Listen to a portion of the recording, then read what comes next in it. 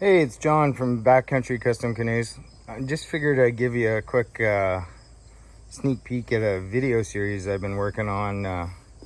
Probably edited up this winter anyway, about this boat I picked up sight unseen off of Kijiji for cheap during the lockdown, and I've been kind of picking away at it on weekends or whatever, trying to make a long-range cruiser out of an old, I think it's a 16-foot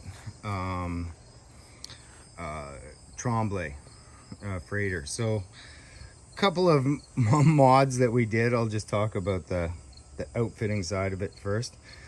We had to do a bunch of fiberglass repairs on the bottom. This is a vinyl. It's actually not, and it was yellow.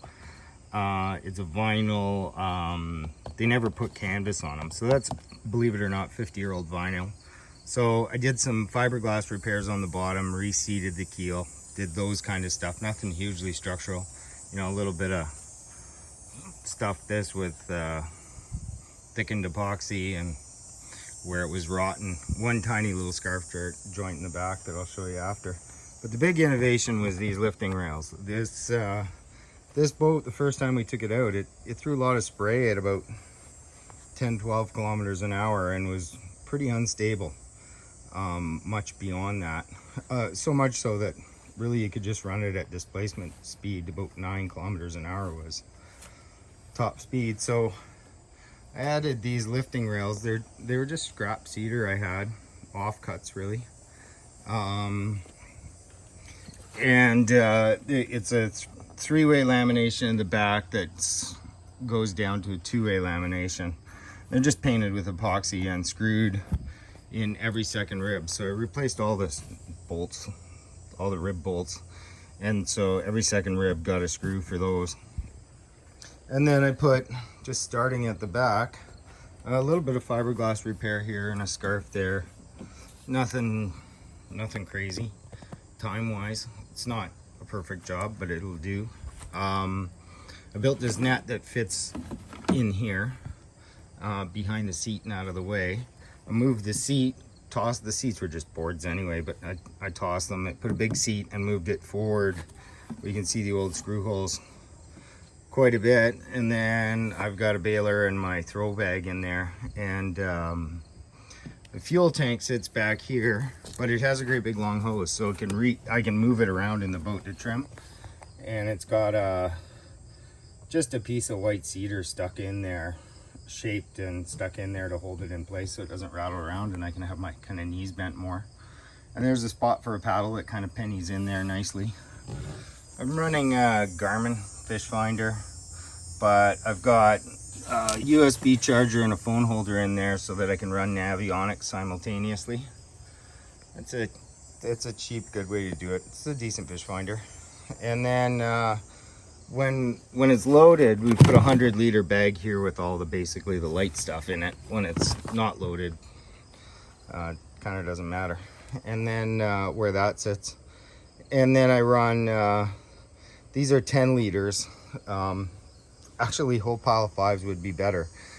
You can really feel the fuel sloshing around in them when it's fully loaded. So more smaller tanks lower down serves as baffles. So I'll probably add 2 5-liters to get the full capacity to 42 liters, which is about 110 kilometers range. There's this yoga mat in there for the dogs or whatever. These are rod holders, so I added rod holder mounts so they could be reached from the passenger seat. Passenger seat faces backwards, but it folds too. It's just it's attached with this kind of old bootlace and a ring is all it is. So it gives it some flexibility if you hit a wave, but at the same time keeps it from sliding around in the boat. And it just sits on a thwart. There was a seat here and another thwart, but I felt like they were kind of redundant, especially with the reinforcement that the spray rails provide. Anyway, then we built this hood. This is just a scrap piece of ballistic nylon dyed with aniline wood dye, and this is just a simple lamination, basically bent to shape, of cherry ribs glued together. It's got a bit of, it's not perfect by any stretch of the imagination, but it's varnished, so it's really hard. And sort of when you're running the boat solo at high speed, this kind of locks in place and becomes a bit of a spoiler that holds the nose down. Honestly, it doesn't, with these here, it doesn't get hardly any spray unless you really punch like a 4-foot boat wake or something like that. You'll get a splash on it, but not a huge amount, and only then at like high speed. This is an anchor system, and traditionally these kind of fishing boats, because of the shape of the nose, would have a big like a big bowsprit almost out the front with a pulley on it, so that you could lower and raise the anchor from the transom. But I didn't want to do that, so especially on a 16-foot car toppable boat that only weighs 80 pounds. So I got a carabiner with a pulley, and then it's just a 5-pound anchor. It's not super big, but it does the job. The boat's not very heavy. And then I run this bow line. This would normally be the bow line. I run it, clip it around the rope so that whoever's in the bow can pull it over to them and pull it up. And it's got this section of red rope so that when it hits the pulley, it doesn't it can't go up in the pulley. It gets stuck, so that so they don't bash the heck out of the front of the boat when I'm pulling up and down the anchor, just to reposition the boat. It's kind of a fishing thing, borrowed from the salmon guides out east. And then that rope actually runs underneath the canopy and through eye bolts in here all the way along, so that I can control the I mean, if you're just moving short, like, the boat actually paddles really good with the engine up, so a lot of the time if you're fishing, you can just flip the motor up and anchor and then move position without any big deal. So it's kind of where I'm at with it. We learned some stuff. It's I mean, the big reason for doing a lot of these mods was that it turns out, I mean, I don't have a small engine, and I do have a 9.9 that's a real strong runner, and I wanted to see if I could get this boat to be stable. So just performance stats, like with about a 500-pound load, wide open throttle, it'll do 22 kilometers an hour. Empty, with one person kind of sitting way forward, it'll do about 30.